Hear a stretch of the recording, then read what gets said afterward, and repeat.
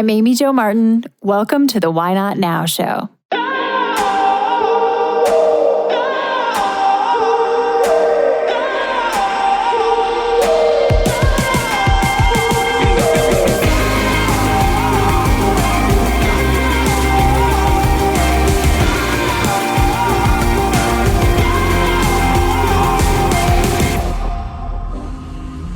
You know that thing you've been thinking about doing? Yeah, that one. Why not now? Have you ever actually taken the time to ask yourself, what's stopping me? Let's talk it through. This is your chance to give that idea the attention it deserves and take action. Each episode, I have a chat with a fascinating person, from entrepreneurs to athletes, celebrities, my parents, rocket scientists, and all walks of life. We talk through a critical time when they've asked themselves, why not now? We dissect that day or even that moment, step by step. Just let go.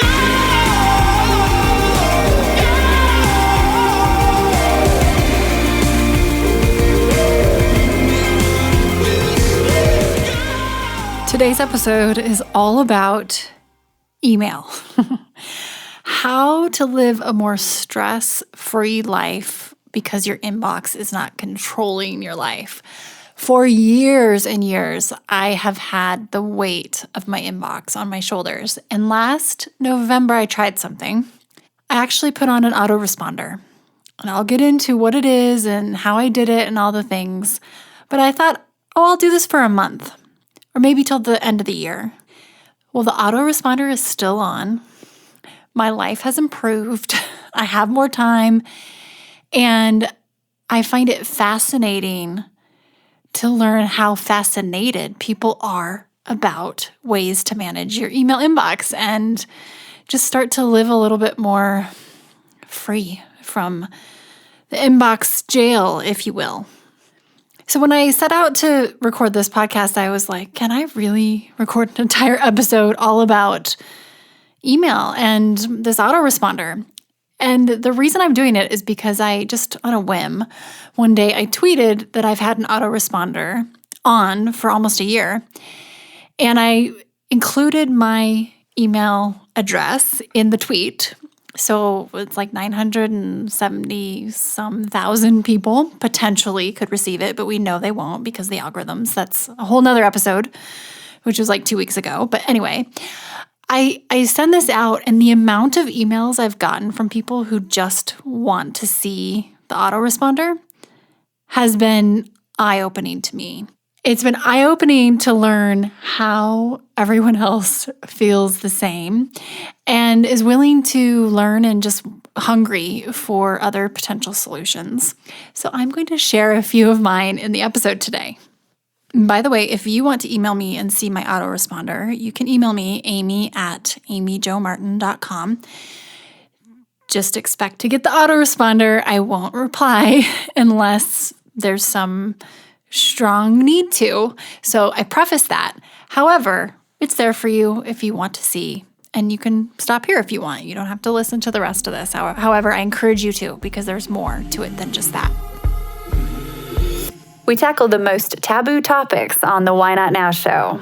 Oftentimes, you're hearing guests share things they've never shared before. In the spirit of things we don't typically talk about, you should know that the Why Not Now show is supported by Poopery, the original before you go toilet spray. It's magic.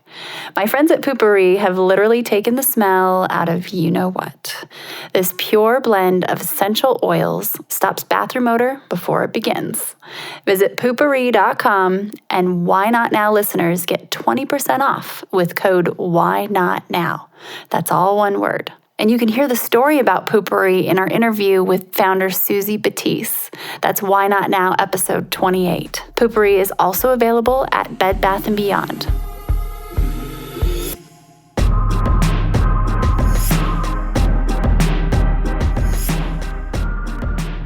Okay, so emails are like boomerangs, right? So they come back to you and come back to you again and again. And what I've learned the hard way is that our email inbox is not our to-do list. And if it is our to-do list, then we are constantly in reactive mode, defense mode. We are focused more on the medicine versus the vitamins, right? So in order to get more proactive and on the offensive, it's important that we change something because otherwise we're in this hamster wheel type of situation. I'll never forget a situation where I was boarding a flight from Las Vegas to Australia several years ago. And I thought, okay, I'm going to tackle my inbox. I am going to get through this inbox, hundreds of emails. I didn't sleep. I just focused on clearing out, trying to get to inbox 0. I finally did it, land, and within 48 hours, it was like I hadn't even put a dent in that inbox. It was right back to where it was. And I was very tired because I didn't sleep on the flight. And there were times where I would spend Sundays trying to catch up just to have Mondays at noon be in the same place where you just feel like you cannot, get your head above water. And I'm personally like the no scroll rule. This was actually before. Now I rarely have more than 5 emails in an inbox. But my no scroll rule, which just added to my insanity, was that I didn't ever want my inbox to get further than me needing to scroll to see what else was in there because it would stress me out to think about what I wasn't looking at, what I couldn't see, what was pushed down that was probably important. Anyway, long story short, I learned the hard way. And the definition of insanity is doing the same thing over and over and expecting a different result. So we're going to change that. So here are a few options you have. You can use them all if you'd like.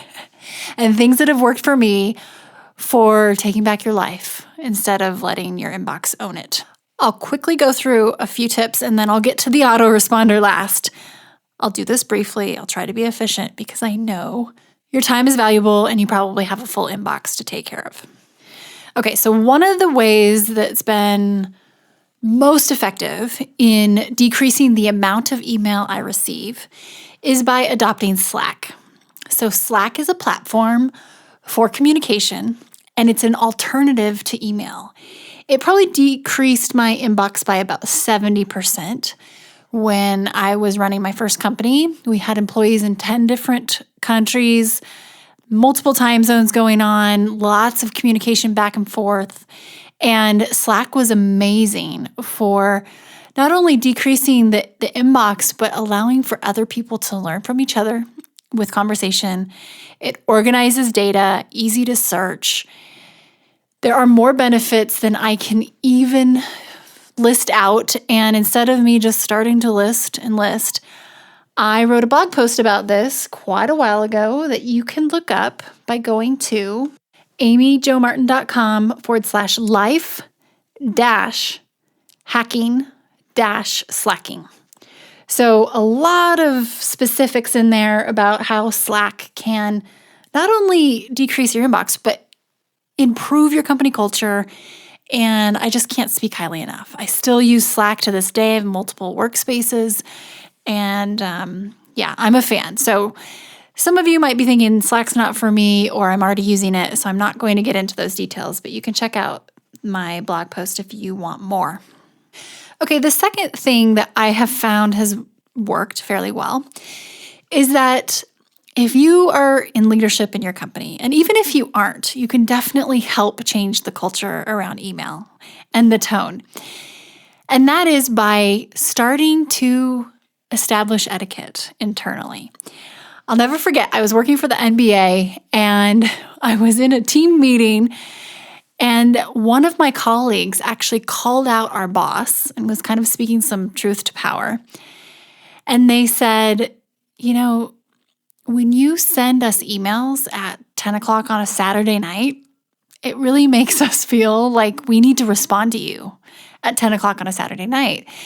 And it wasn't that our supervisor wanted the response right then. It was that's when she was actually getting to her inbox. So there's another whole issue there. But anyway, but it helped because she stopped doing it. And it's amazing how you can disrupt someone's weekend and their family time and their friend time and their self-care or solo time by emailing them about work stuff on the weekends. So you can just start to establish more etiquette. Also, the CC and the BCC and the cover your ass, the CTA on everything, starting to call people out on that. Responding, saying, I don't need to be CC'd here. Thanks, though. Let me know if you need me down the road. I don't need to know about this. And again, if you're in leadership, you are likely the one that's setting the tone. So try and establish some things that will ease up everyone's stress levels around email. Also, there's a concept called Yesterbox that Tony Hsieh, the CEO of Zappos, created. So Tony and I used to have these races where we would sit down and see how many emails the two of us could get through, each of us. It was kind of like playing Battleship. We'd set the clock and we'd just go because we both felt the same about how stressful and bogged down we would get about email. And eventually he came up with this concept. You can go to yesterbox.com to read more about it because he wrote about it. And this was like 2012 when he came up with this. And I think he's still actually using it. And it's the whole idea of you only answer yesterday's emails, but you stay very on top of it, meaning that's the first thing you do in the morning is answer yesterday's emails. And you can't even look at today's emails until you've answered them. And he gets more into the concept. It's not the route that I'm currently in, my season of life. I have evolved into the autoresponder that's helped so much, which I'll get to next. But you might check it out. He gets a ton of email, and having known him for 10 plus years, he responds to every single one. And if he doesn't, his team does. So it's pretty amazing. Obviously, he's known for customer service with Zappos, but it's worked for him. And you can check it out at yesterbox.com. Yesterbox, like yesterday. Okay, now let's get to the good stuff, the autoresponder. Last November, I decided to experiment with this. And I thought, what's the worst thing that could happen? I'll turn it off. Like, not a big deal, right? I knew I'd still be checking my inbox. The point was not to eliminate email from my life completely because I knew that was unrealistic. However, I also wanted to be able to answer when I felt I could get to it and if it needed my response. And what I found was that a lot of the emails that come to me don't need a custom response from me. There's usually another place or person they could go to. So you might be thinking right now, that's great, Amy Jo. I don't have a scenario where I'm in that type of environment, or maybe you work for a corporate company and you feel like you would probably get fired if you put an autoresponder on. Okay, so I totally hear you. However, bear with me here, because what if you were to ask forgiveness instead of permission and actually become more effective and efficient at your job? Imagine that conversation with your boss. I know, having employed people before, I would definitely listen if I knew they were contributing to the bottom line even more with this new system they created. And who knows, maybe the whole company would adopt it. But if it works, and maybe even ask them, I want to try this experiment. What do you think? But you would do it responsibly, of course. So when I say autoresponder, or if you think of like out of office reply, I am not saying abandon and delete your email app. Absolutely not. I am just saying, let's get smarter. Let's start working smarter versus harder when it comes to email. So what an autoresponder does is it sets expectations of when to expect a reply, when the recipient knows they'll likely be getting a reply or not. It can set expectations around what you will respond to or what you need in order to respond back to them. And it's more of just a boundaries thing. Now, what you can do to start, and this is what I did, is I glanced through the last 100 to 200 emails. And I'm saying glance quickly. This should not be a super intense process. And I took stock of what people were emailing me about. Now, the spreadsheet person in me wants to set up a spreadsheet and start bucketing things and going very granular with this, but that's not what I'm suggesting you do. I'm suggesting you start glancing and you find the 5 top reasons people are emailing you. You might not even need to do this because intuitively you may already know. Like I ended up knowing for the most part at least the top 3 to 4, and then I got a few more when I started looking into it a little deeper. So go through this process and start generalizing.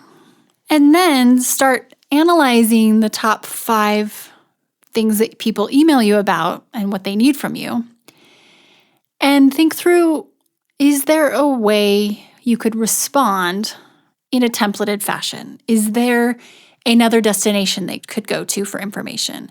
Is there a form you need them to fill out in order to be able to help them? And for those of you who are working for a bigger company, or you feel like you have a 9-to-5 job and you don't have a ton of authority to just throw on your autoresponder, this is one that I think you could really think about. Like, for example, when I worked in the NBA, I was one of very few people in the company that knew how to use a specific type of software that would pull research studies.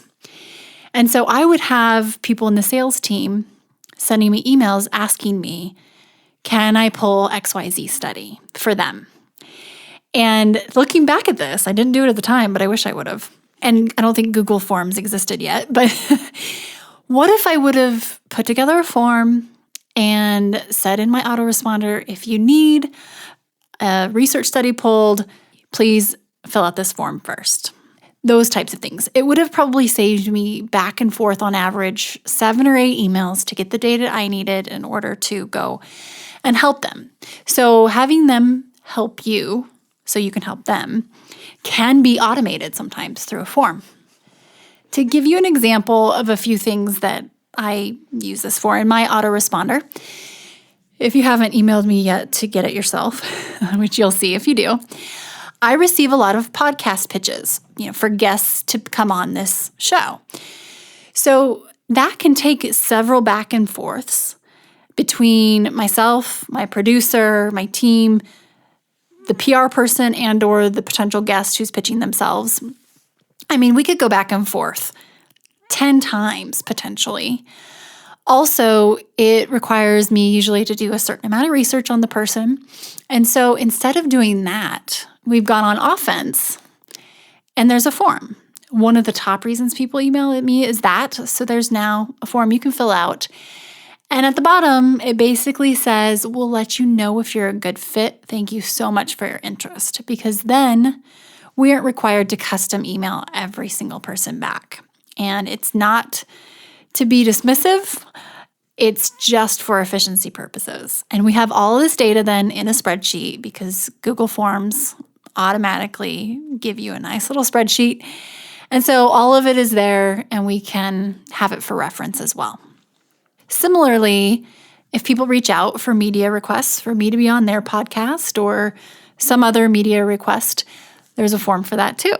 So we are asking for specific information and we'll quickly get back to that person about their inquiry, but it just helps us avoid that back and forth. So I'm not suggesting you just set up an autoresponder and start linking to forms.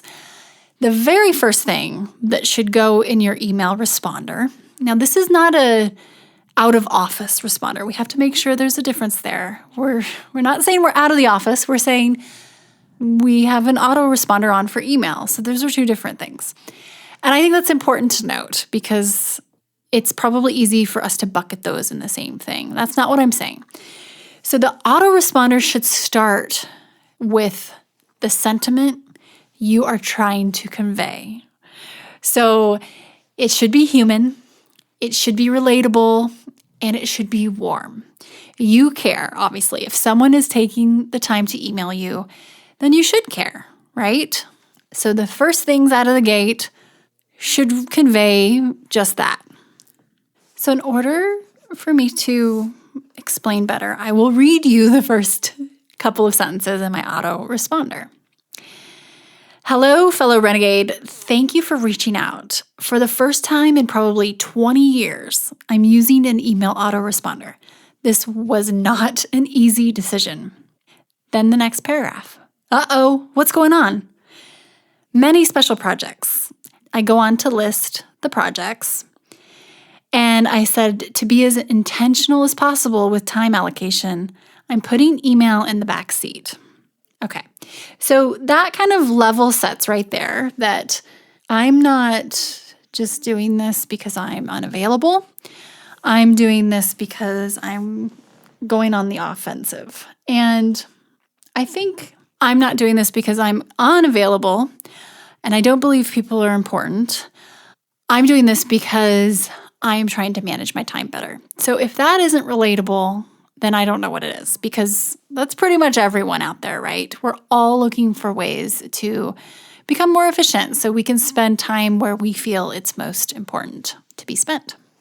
And then I think it's very important that you make it clear. It's not that I'm not checking email. It's not that you have deleted email from your life. However, your timeliness of response and your willingness to respond to certain things may have changed based on the info below and the places you can redirect them potentially. Okay, next, what was important to me is to make sure I gave people a place to go for urgent requests, for anything that was just on fire or super timely, right? Because just for my own sanity, I want to make sure if something comes in that's just absolutely necessary that needs to get to me, there's a way that it can. So in my case, I have an email address for someone else on the team that people can reach out to. In your case, it could be an assistant, it could be an intern, it could be a colleague potentially, or it could be, some alternate form. In most cases, if something is an emergency, that person will have your phone number, or that person will have an alternate way to communicate with you, I'm guessing, or someone close on your team. So are there really that many potential emergencies that someone would be emailing you about? I think that's worth thinking through. And then I start giving people places and other people to reach out to for the top 5 or 6 things that they would be emailing me about. So you can go then through those buckets where you were generalizing the top reasons people reach out to you and see if there are alternate ways or things you could just say in a sentence or two that would probably address their question. Now, this may feel a little self-promotional or sneaky, but it's actually just strategic in my mind. This is also a time and place that you can include mention of the things you're working on and let people follow your journey, whether that's on social media, signing up for your email list, not to be confused with your personal email, or programs that you're launching, things that you want people to know. So, it's a way to get into the pathways of people who are interested in communicating with you. So why not? And at the bottom, I close out by saying, thank you for understanding. And then one of my favorite quotes by Henry David Thoreau that says, the price of anything is the amount of life you exchange for it. So we're closing out with some warmth and relatability once again. So the person that's emailing you, their time is just as important as yours, and you're acknowledging that in a way by ending with something that definitely calls attention to that idea. Now, if you want to copy and paste my email autoresponder and use it as a template, although obviously you need to customize it for the things and reasons people are reaching out to you, but just in general, kind of the opening and closing-ish type of things, put it in your own words, by all means, do it. I am 100% on board with supporting anyone who wants to just be more proactive about how they're spending their time and decluttering their digital space as well as their to-do list. So just to recap here, some of the suggestions I have for you. Check out Slack, which is a platform that you can use as an alternate for email and a way to communicate. And you can check out my blog post, amyjomartin.com/life-hacking-slacking.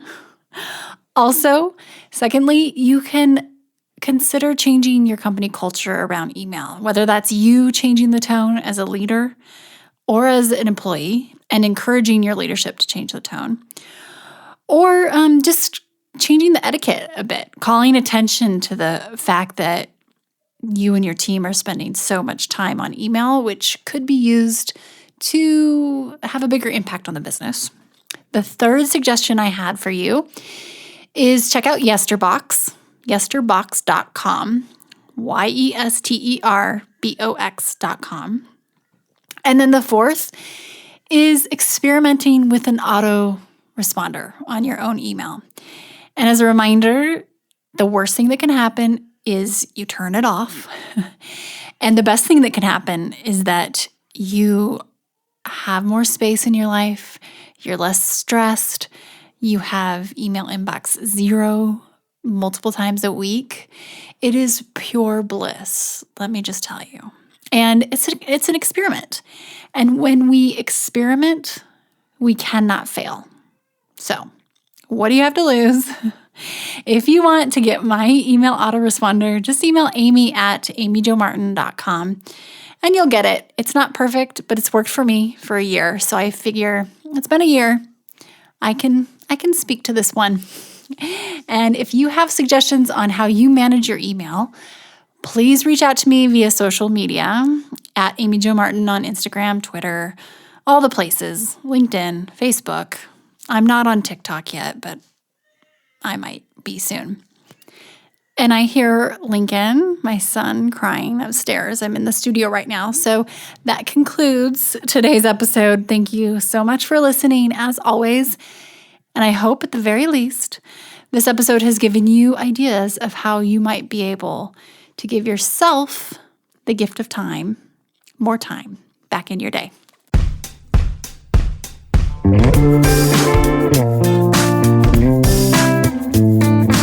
Hey everyone, thanks for listening to the show. Hit me up on social media to let me know what you think. I'm at Amy Jo Martin on Twitter, Facebook, Instagram, and LinkedIn. And I want to hear your Why Not Now moments so I can share them on the show. Just send me a note to whynotnow@amyjomartin.com. For show notes and other offers, you can visit amyjomartin.com/whynotnow. And while you're there, don't forget to sign up for my email newsletter for exclusive content and announcements. A big thanks to Rock Salt Music for all of the tunes by the talented John Coggins. And of course, a hat tip to Richard Brewer for editing and producing the show. I'll see you next time. And until then, why not now?